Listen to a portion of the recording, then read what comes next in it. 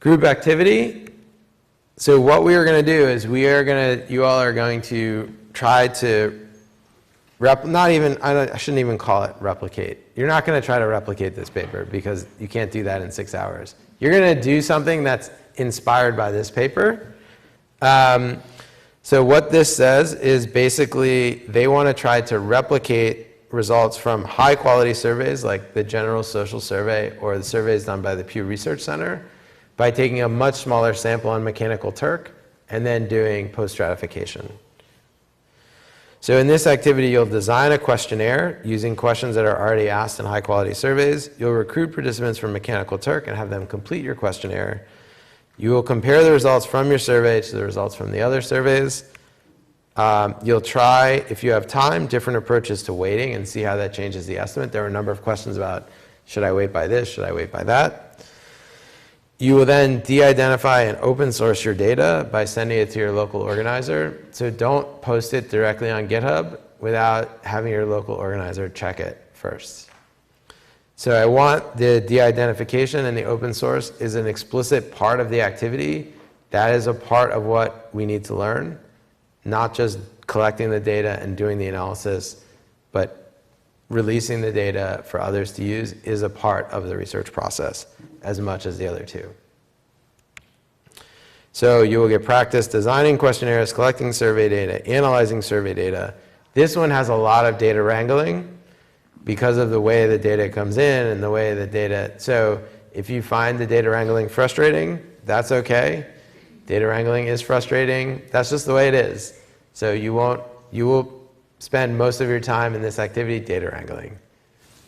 That's okay.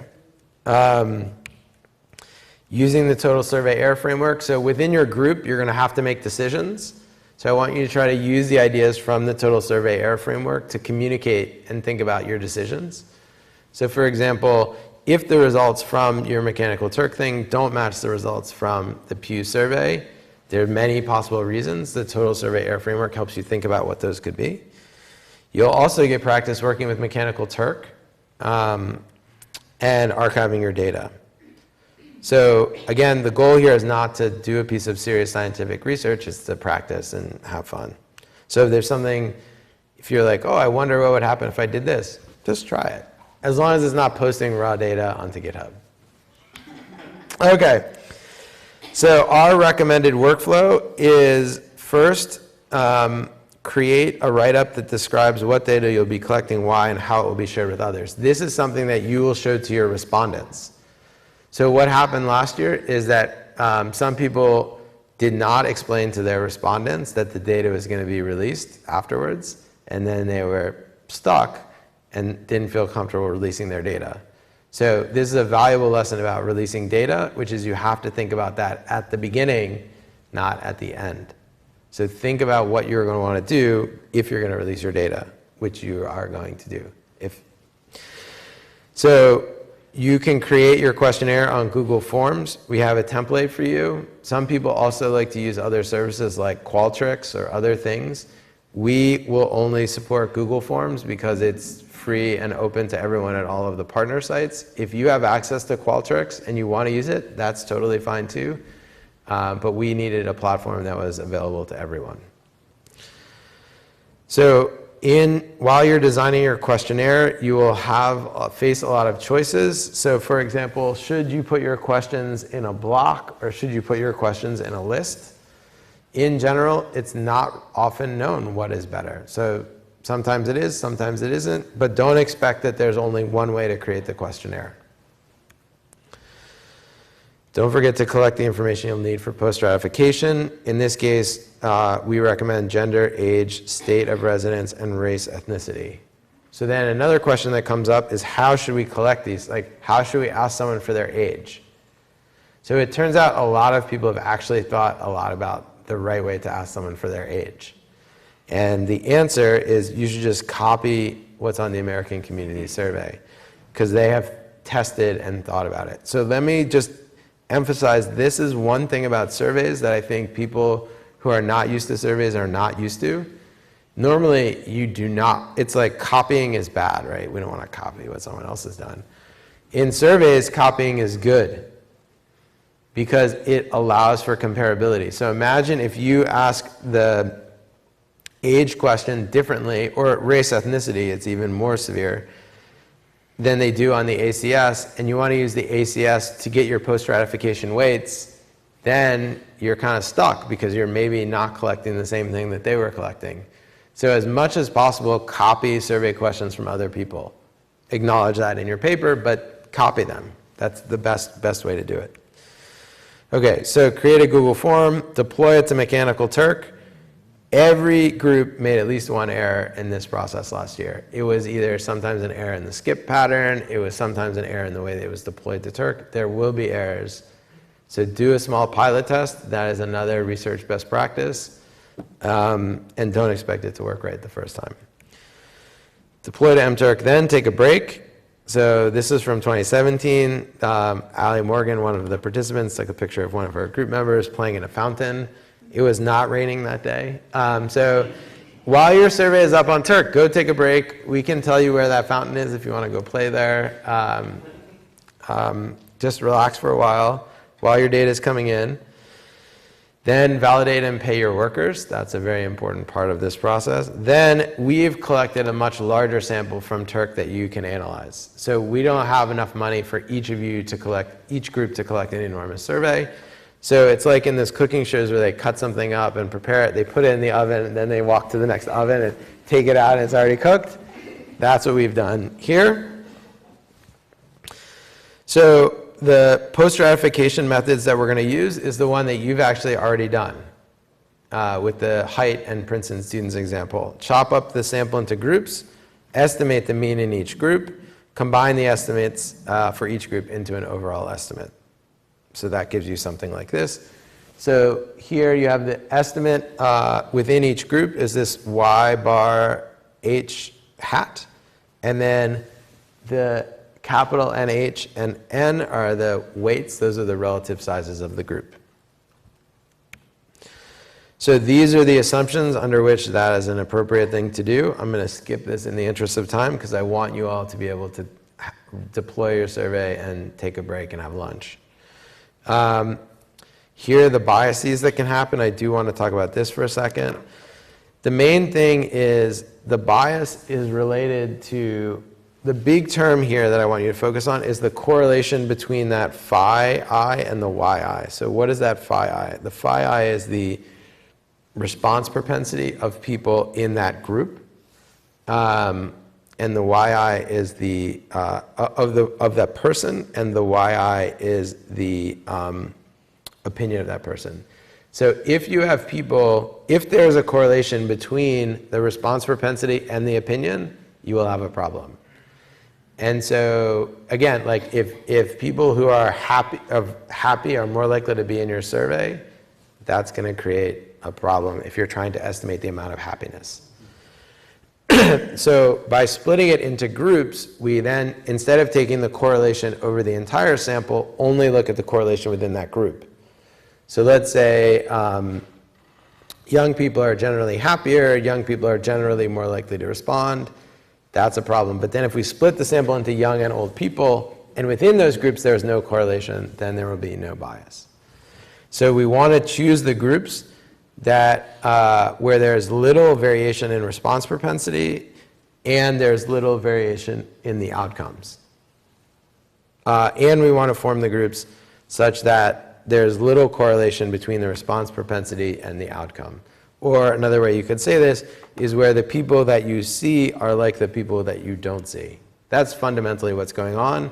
You're using information about some people to make inference about other people. If those people are different in ways that are important, then you're going to have a problem. All of these slides are posted, so you can have access to this as you go further along in the activity. In practice, this is hard. You want to choose the group so that the bias will be 0, but it's hard because the tension is you want to make lots and lots of groups so that they're as homogeneous as possible, but then if you make lots and lots of groups, you don't have very much information in each group. So you get noisy estimates. And so it's about making a trade-off between the number. It's kind of like a bias variance trade-off, actually, where you can create lots and lots of groups. That means the bias will probably be smaller, but the variance will be really large, and your mean squared error could be actually quite large. So then there are increasingly sophisticated ways of trying to make this. So as the number of groups gets bigger and bigger, you're going to potentially want to not just use the information from in that group, but you're going to want to use information from people in nearby groups. So you're going to start making more modeling assumptions. So I'm just going to walk through two of these. Cell-based post-stratification is what you've seen. I'm going to show you one form of model-based post-stratification. The third, Mr. P, multi-level regression and post-stratification, that is a more complicated technique that's used, I think, now more commonly, but we're not going to have time to do that here. So the data comes from a survey that we did about a week ago, 495 people on Mechanical Turk. We're going to compare it to high-quality telephone surveys from the Pew Research Center. We're going to post-stratify using data from the American Community Survey. And we have multiple questions that you're going to try to reproduce, because for some questions you might be able to do a good job of recovering, but for others you couldn't. For example, if people on Mechanical Turk have similar attitudes about gun control to people not on Mechanical Turk, then you might be able to get a good estimate about attitudes towards gun control. But if people on Mechanical Turk think differently about online privacy, then you might not get it from that. So again, we're interested in the properties of estimating specific outcomes and not specific properties of the sample. So now I'm going to just briefly highlight some of the ugly parts of this activity, not because they should stop us from doing this activity, but just to highlight some of the things you will encounter. One is that in the Pew, they often ask the question, it was a telephone survey and not online self-administered survey. And they often gave 3 response options. So if you're making the budget for the federal government this year, would you increase spending, decrease spending, or keep spending the same for scientific research? So there's 3 possible answers: increase, decrease, or stay the same. And what we are doing in the analysis is we're going to make it as if we have asked 3 different questions. If you're making the budget for the federal government, would you increase funding for scientific research? Yes or no? Would you decrease funding for scientific research? Yes or no? And would you keep it the same? Yes or no? So we've done like a transformation. This will make it easier for you to do the analysis. It's not exactly the same as the question was asked, but we think this is easier to do. This also creates a weird problem that the answers are not independent anymore. So if you said no to these 2 questions, and you should say yes to that. Ignore that for now. Pretend all of these are independent. Okay? Yeah? So we're asking them those 3 questions? No. You are not asking them that. You're going to ask them the question. This is one of the things I said, there's a lot of data wrangling. So you will ask them the question in the way that Pew asked them the question. And then in your analysis, because we haven't really talked as much about how you would deal with multiple like answers that are something other than yes or no. Okay? So one of the things that will come up is you might want to do lots of groups for cell-based post-stratification. So 2 age groups, 2 gender groups, 4 age groups, 5 race groups, 4 region groups. That'll give you 160 groups. You try to run this, calculate this estimate, and it will not work because you will have some groups where there are no people. So one thing you can do is you can make the group smaller, or what you can try to do is guess what is going on in that group. Your guess could be a very simple guess, like maybe it's just the people that we don't know anything about, we'll just assume they're like everyone else in the population. Or there are other more complicated ways that you could try to do that guessing, and you can work on that in your groups. I'm going to skip all these more complicated ways of doing post-stratification, but these slides are available. If you get that far, you can definitely come back to them. So modeling allows you to make estimates for smaller groups. These techniques are used by modern pollsters and political scientists. You will not finish this activity, and that's totally fine. So this is our recommended workflow. I want to talk briefly about de-identifying the data. Remember I said there's a reason for the music? This is it.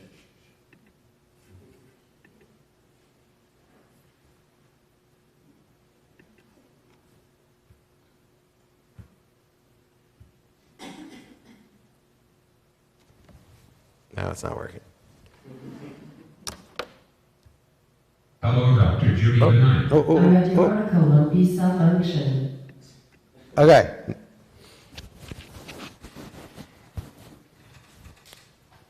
My name is Dr. Judy Benign. I'm an oncologist at NYU School of Medicine. Hello, Dr. Judy Benign. I read your article on B-cell function. I think that I could use the data for my work on pancreatic cancer.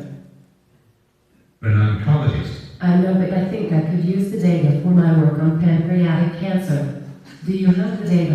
Everything you need to know is in the article. No. What I need is the data. Will you share your data? Sure, it will be possible. But your work is in PubMed Central and was funded by NIH. That is true. And it was published in Science, which requires that you share your data. I did publish in Science. Then I am requesting your data. I have a copy of your data.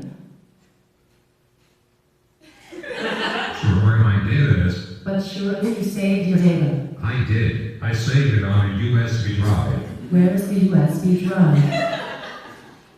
Box. Box at home. I just moved. But can I use your data? E-boxes. So many boxes. But to label the boxes.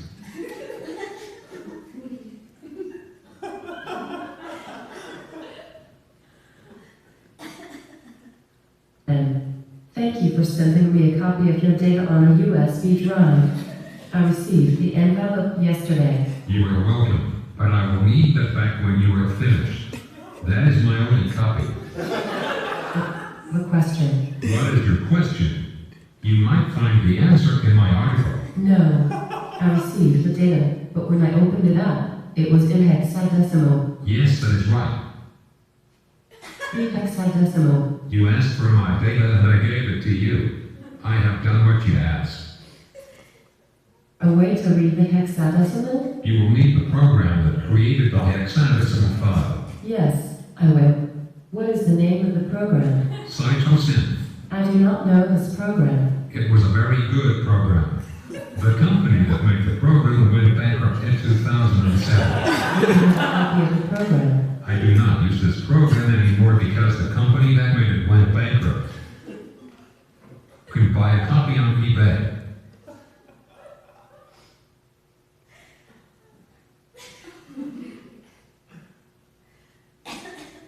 News. You again. I talked to my colleague. She knew a person with a copy of the software. Then why do you need me? Everything you need to know about the data is in the article. I opened the data and I could not understand it. If you have the program, you will find it is clear. Well, I noticed that you called your data fields SAM. Is that an abbreviation? Yes, it is an abbreviation of my co-author's name. His name is Samuel Lee. We call him Sam. I see.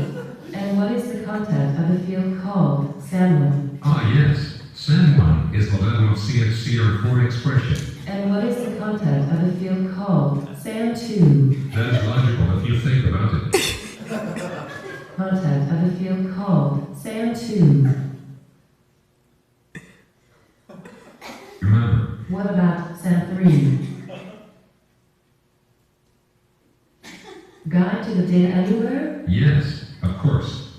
It is the article that is published in Science.